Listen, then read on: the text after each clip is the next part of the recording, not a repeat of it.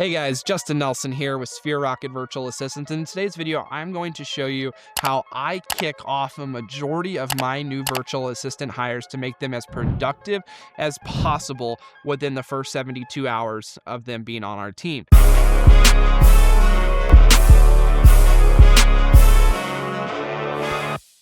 So I'm going to walk you guys through our step-by-step, what I call getaway process.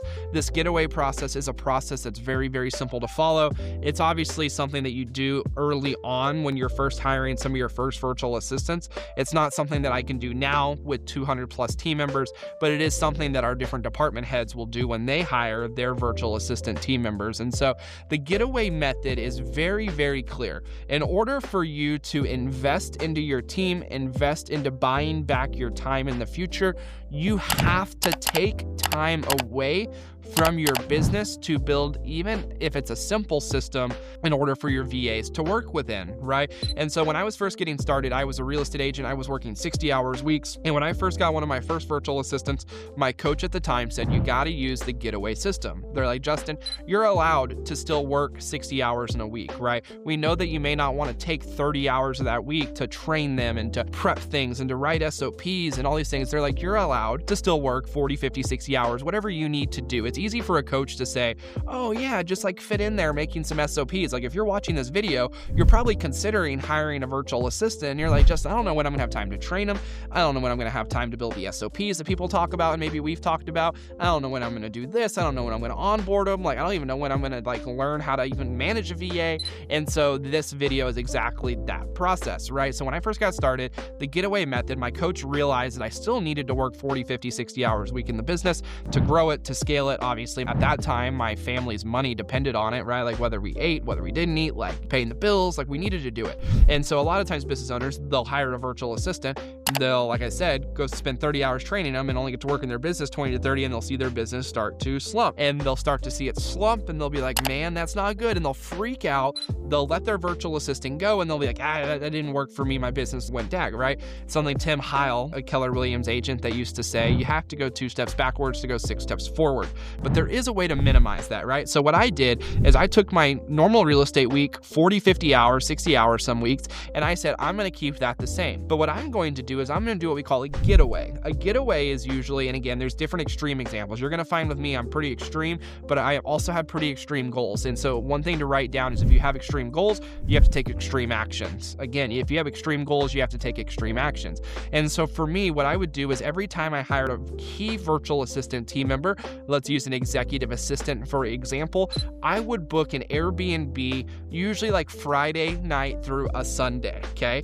Now, what I would do is normally my real estate was working 40 to 60 hours a week, Monday through Friday. I'd work a little bit on the weekends, but on Friday night, I would check into the Airbnb and I would find one for $100, right? It might be a cozy downtown apartment, condo. If you're watching this, you probably have kids, you got a wife, you got spouses, you got a husband, like whatever your situation is, you're like, all right, I got to figure out how to get some alone time, quiet time to do this. So first off, the first thing I did is I got my spouse's buy-in, right? At the time I was singles, but I had to get my, team's buy-in of like, hey, I'm going to disappear Friday through Sunday. And the only thing I'm going to do this weekend, I'm going to grind, right? It's not like it's time off.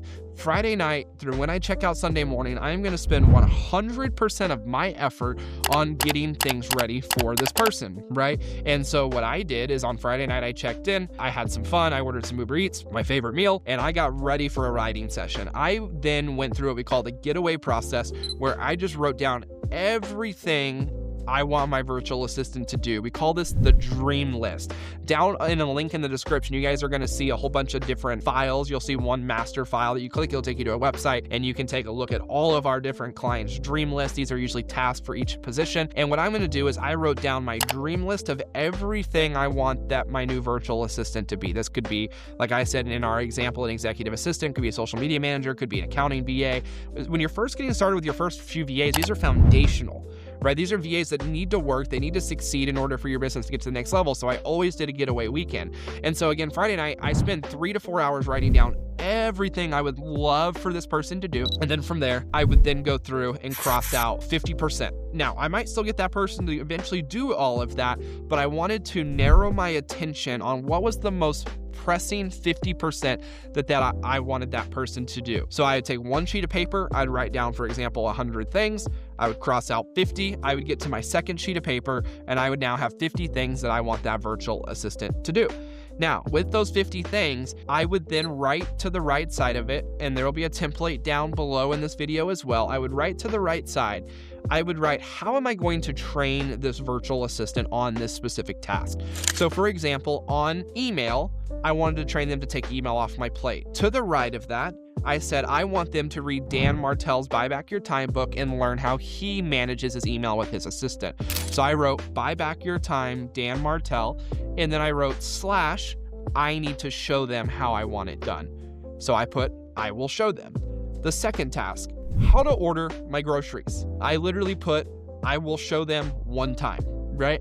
Then the next task was, how will I have them, for example, pay my electricity bill? And now when I put Loom video, right? I just needed to create a quick video of showing how I pay my electricity bill. I needed to get them set up, good to go, right? How will I have them pay my real estate association dues? Loom video, right? And what I would do next to the Loom video is I would put in parentheses how long I thought that Loom video would take, right? So like how to pay my utility bill, I'd put 1 minute. How to pay my electricity bill, 1 minute, right? But then what you'll see is when you think about it, if you shoot that video one time, that might take you 5 minutes every time you do it. Over the course of the year, you bought 1 minute at a time. That's what you had to spend, and you gained back 60 across the year. 5 minutes a month, you bought 60 minutes back of your year. If your dollar per hour rate that you make or that you earn in your business is $50, $60, $70 an hour, called your buyback rate, right, which you'll learn in Dan Martell's Buy Back Your Time, highly suggested in many of my videos, then you're like, awesome, you're starting to get the things. So we're gonna go down all 50 and figure out how we're gonna teach them. Some things you're gonna teach them, you're gonna show them. Some things you're just gonna shoot a Loom video on. Some things you're gonna write an SOP on, right? Maybe you don't love shooting Loom video, you don't love your voice, you don't love being on camera, you don't know how to screen share, you don't know how to do all those things. Maybe you're just gonna write an SOP, right? So for example, I have one where it's like, I need you to schedule my weekly massages. I'll give you an example. I need you to schedule my weekly fitness classes. I need you to schedule my weekly this. For those, I don't have a Loom video on how to do that. I don't have a show them, right? For me, I have an SOP. So I'd put, I'm gonna write an SOP on how to schedule my gym classes, right? I would say, look ahead the next 3 weeks. I usually prefer Tuesday and Thursday classes. I like to look at the 1 o'clock class first, then the 2 o'clock class next. Like, it was very, very specific. But in this exercise, when you write all 50 things down and you write to the right of them how you're gonna show your VA that, I'm not asking you to create those SOPs yet, right? I'm not asking you to create those Loom videos or anything like that. The goal is to get the 50 things down and create a roadmap of how you're going to show them those things. So now what we're gonna do on the next piece of paper is we're gonna reorganize those 50 things into what we call clumps.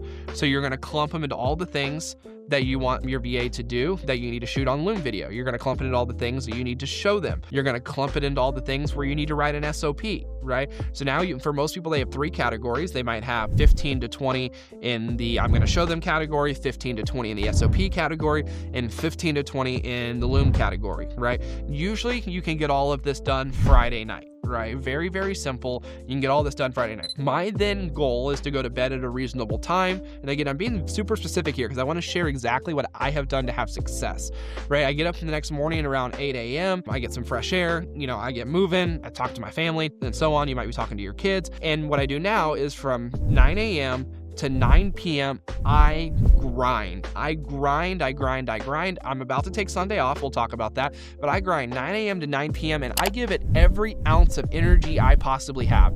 So that's roughly, for those that can do math, about 11 or about 12 hours, give or take, 9 to 9. So what I do is I divide my 50 tasks out by 12 hours, which comes out to about 4 tasks an hour. And I want to crush writing the SOP, creating the Loom video, or scheduling a time in my calendar where I'm going to show them those 50 things. What you guys will find is when you don't have family distractions, you don't have work distractions, you're not watching college football, you're not watching NFL football, you're in an Airbnb where there's no distractions, you can't randomly go do a task, no one knocking at the door, your neighbors aren't calling you for a beer, right? Whatever it may be, you're able, for most people, they're able to get all 50 things documented within 1 day. And even if you get halfway through, 75% through, you're able to get a majority of that position documented in one day. Now, what I do is I go 9 to 9. Sometimes I'll just be in a groove and I go 9 a.m. to midnight. Like I grind. The key on these days is I make sure I take 30 to 45 minute breaks, 2 to 3 times a day. And then I sleep in on Sunday. This is critical to the thing. It's kind of funny. You're like, this is really specific, Justin. I sleep in on Sunday. I enjoy an 11 o'clock checkout. I enjoy the peace and quiet before I go back home to my family and the dogs. And again, this is something I have to get buy-in from my family to do. I'm saying, hey, I'm about to grind on a Saturday. I need to do this. I need to do that. I need to, just put it away. Show them this video if you need to. And I need to get this done so that way next week when this hire comes on board, or, I'm about to hire Sphere Rocket virtual assistants to go find me a VA, I want to prepare so when that assistant comes on, it doesn't feel like I'm working double shift, right? Early on, many of my relationships are like, Justin, did you hire another person? Because we can tell you're working double, right? Or you're struggling. And it's because I didn't use this getaway method. Now, again, this isn't something you're going to do for every hire. If you have 100 hires, you're not going to get away 100 times in a year.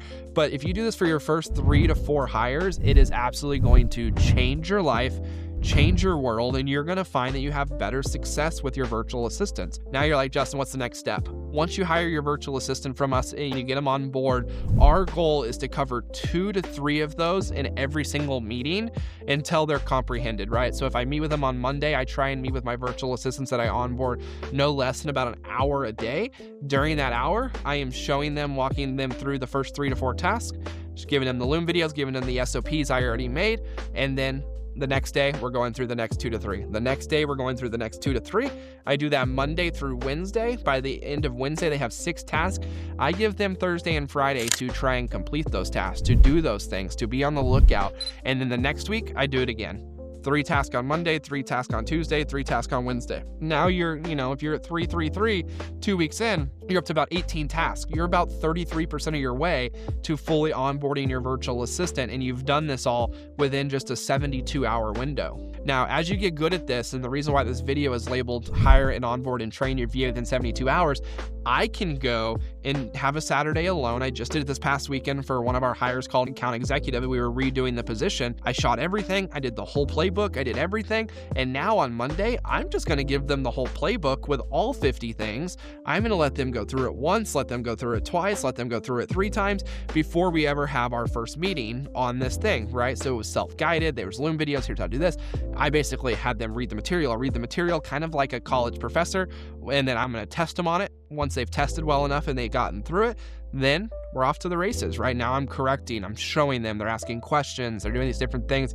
And many hires now we have onboarded and done within 72 hours. So if you guys like that method, check the link down below. I have a lot of those dream lists for you guys. And of course, if you get virtual assistants from Sphere Rocket VA, these are things we teach you all of the time throughout the course. And so with that being said, if you're already working with a Sphere Rocket advisor to get a virtual assistant, get back a hold of them. If you have not, and you're like, I really need a virtual assistant. This sounds easier than I thought it would be. I can see now on how a Friday, Saturday, I can get everything knocked out to onboard someone I need. Just click the link below and you guys will be able to schedule a call with our team. So that's how you onboard and train a virtual assistant within 72 hours.